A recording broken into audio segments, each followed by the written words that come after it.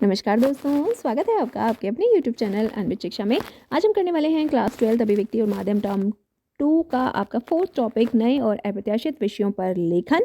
इसके पहले के 3 टॉपिक पर दोस्तों अगर आपने अभी तक मेरा वीडियो नहीं देखा है तो आप डिस्क्रिप्शन बॉक्स में जाकर उन वीडियो को ज़रूर व्यू करें, ज़रूर अप्रोच करें, क्योंकि उन तीनों चैप्टर्स के मोस्ट इंपॉर्टेंट क्वेश्चन आंसर्स मैंने आपके लिए वीडियो में तैयार कर दिए हैं, तो आप ज़रूर देखें। तो चलिए हम अपना शुरू करते हैं। ये वाला चैप्टर नए और अप्रत्याशित विषयों पर लेखन। पहला क्वेश्चन हमारा, नए और अप्रत्याशित विषयों पर लेखन से क्या तात्पर्य है। नए और अप्रत्याशित विषयों पर लेखन से क्या तात्पर्य है, इसका क्या अर्थ है, इससे क्या अभिप्राय है। इन सभी प्रश्नों का अर्थ एक ही है, यानी कि आपको इसका अर्थ बताना है। किसी नए या अप्रत्याशित विषय पर कम समय में, ज़रूर नोट करें, कम समय में अपने विचारों को संकलित करके उन्हें सुंदर ढंग से अभिव्यक्त करना अप्रत्याशित विषयों पर लेखन कहलाता है। यानी कि थोड़े समय में अपने विचारों को संकलित यानी इकट्ठा करके सुंदर ढंग से अभिव्यक्त करना, प्रेजेंट करना अप्रत्याशित विषयों पर लेखन कहलाता है। अगला प्रश्न, किसी नए और अप्रत्याशित विषय पर लेखन के समय हमें कौन सी बातों का ध्यान रखना चाहिए। ये इंपॉर्टेंट क्वेश्चन है। कौन कौन सी बातों का हमें ध्यान रखना चाहिए। जिस विषय पर हमें लिखना है उसकी पूरी जानकारी होनी चाहिए। जिस विषय पर लिखना है लेखक को उसकी संपूर्ण जानकारी होनी चाहिए। विषय पर लिखने से पहले लेखक को अपने मस्तिष्क में उसकी रूपरेखा ज़रूर बना लेनी चाहिए, यानी कि आप उसमें क्या क्या चीज़ें रखेंगे, क्या क्या पॉइंट्स रखेंगे। सबसे पहले तो आपको विषय की जानकारी पूरी होनी चाहिए। उसके बाद एक खाका, एक रूपरेखा आपके दिमाग में सेट होनी चाहिए कि इस तरह से मैं इसको लिखूंगी या लिखूंगा। इसी तरह से विषय से जुड़े तथ्यों में उचित तालमेल होना चाहिए। ये नहीं कि आप कोई भी आंकड़ा उठा के कहीं से भी उसमें रख दें। जो भी आप तथ्य दे रहे हैं, जो भी आंकड़े आप दे रहे हैं, उनका एक दूसरे से तालमेल होना चाहिए, वो एक दूसरे से संबंधित होने चाहिए। नेक्स्ट पॉइंट, विचार विषय से सुसंबद्ध और संगत होने चाहिए। राइट। अप्रत्याशित विषयों के लेखन में मैं शैली का प्रयोग करना चाहिए। हमेशा ही इसमें मैं शैली का प्रयोग किया जाता है, करना चाहिए। ये तो नहीं कह सकते कि किया जाता है, लेकिन हमें मैं शैली का प्रयोग अवश्य करना चाहिए। अप्रत्याशित विषयों पर लिखते समय लेखक को विषय से हटकर अपनी विद्वत्ता प्रकट नहीं करनी चाहिए। राइट। अगर आप किसी विषय पर लिख रहे हैं तो आप उस पर अपनी ज़बरदस्ती की समझदारी को दिखाने की कोशिश ना करें। आप अपने विषय पर टिके रहें और उसी से संबंधित चीज़ें लिखें। अगला प्रश्न, ये भी इम्पॉर्टेंट क्वेश्चन है। इस वीडियो में दोस्तों जितने प्रश्न होंगे वो ऐसे प्रश्न होंगे, वो या तो किसी एग्ज़ाम में पूछे जा चुके होंगे आपके पुराने पेपर्स में, या फिर पूछे जाने की पूरी पूरी संभावना होगी। यानी कि सारे ही इंपॉर्टेंट क्वेश्चन का कलेक्शन आपको इस वीडियो में मिलेगा। जब हम नए या अप्रत्याशित विषयों पर लेखन करते हैं तो क्या क्या बाधाएं आती हैं हमारे सामने, क्या क्या मुश्किलें आती हैं।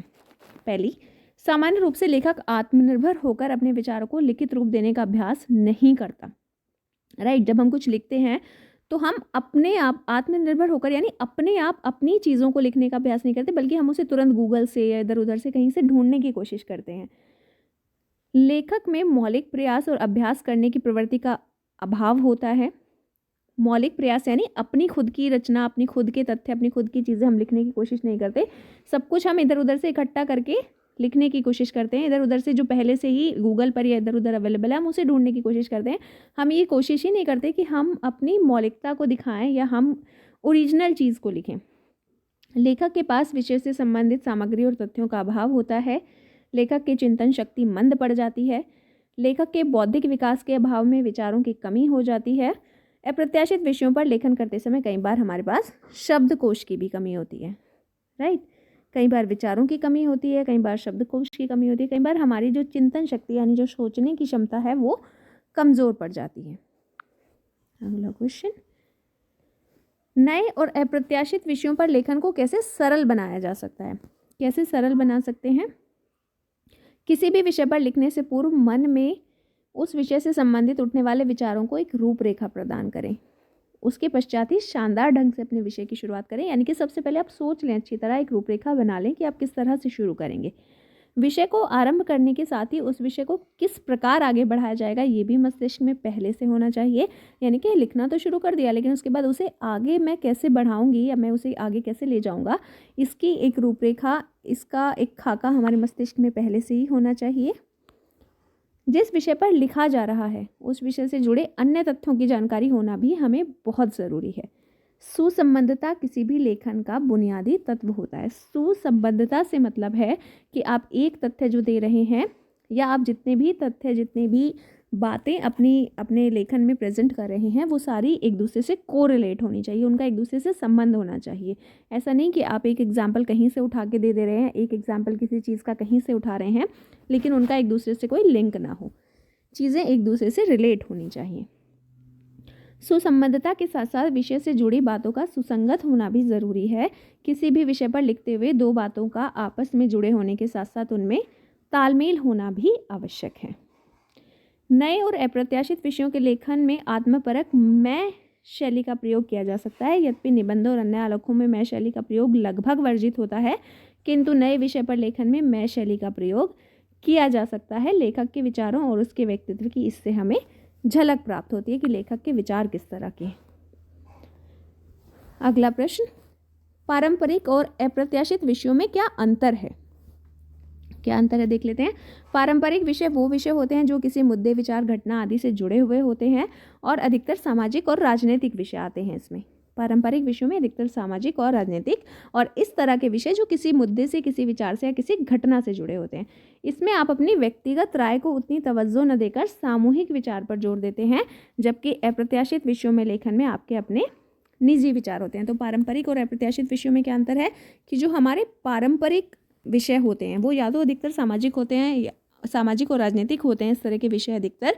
और इनमें क्या होता है कि एक समूह की जो राय होती है, यानी कि जो अधिकतर लोगों की राय होती है, उस पर जोर दिया जाता है, जबकि जो अप्रत्याशित विषय होते हैं उनमें अपनी निजी राय पर जोर दिया जाता है। अप्रत्याशित विषयों पर लेखन से हमें क्या लाभ होगा? अगर हम इस तरह की रचनाएं करते हैं तो हमें क्या लाभ होता है? पहला तो ये कि ये आपकी मौलिक रचना होगी, यानी कि आपके अंदर मौलिकता का विकास होता है। दूसरा, इसमें आप अपने विचारों को किसी तर्क विचार के माध्यम से पुष्ट करने की कोशिश करेंगे। तीसरा, इससे आपके अंदर लेखन कौशल का विकास होगा, भाषा पर आपकी पकड़ अच्छी बनेगी। अप्रत्याशित विषयों पर लेखन कम समय में अपने विचारों को संकलित करके सुंदर और सुगढ़ ढंग से अभिव्यक्त करने की चुनौती है। यानी कि अगर आप अप्रत्याशित विषयों पर लेखन कर रहे हैं तो वो आप बहुत कम समय में चीज़ों को, अपने विचारों को अभिव्यक्त करना सीख जाएंगे कि किसी भी विषय पर आप तुरंत कैसे अपने विचार प्रेजेंट कर सकते हैं। ऐसी चुनौतियों का सामना करके आप दृढ़ व्यक्तित्व वाले व्यक्ति बनेंगे, यानी कि इससे आपकी पर्सनालिटी का भी विकास होगा। अप्रत्याशित विषयों पर लेखन के क्या नियम हैं, यानी कि ये लिखते समय हमें किन बातों का ध्यान रखना चाहिए या क्या नियम हैं इसके?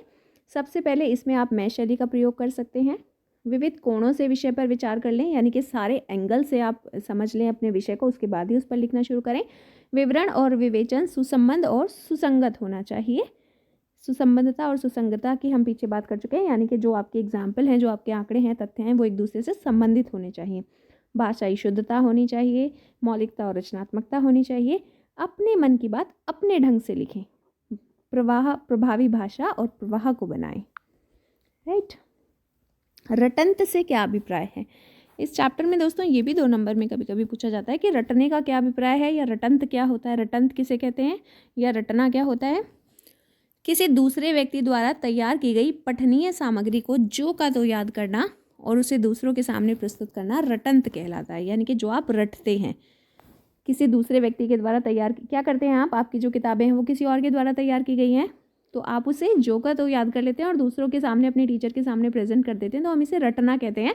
जब किसी दूसरे व्यक्ति के द्वारा तैयार की गई पठनीय सामग्री को जो का तो याद करना और फिर उसे दूसरों के सामने प्रस्तुत करना रटंत कहलाता है। रटंत या कुटेव को बुरी, ये दोस्तों लत शब्द है, ये गलत प्रिंट है। रटंत या कुटेव को बुरी लत क्यों कहा जाता है?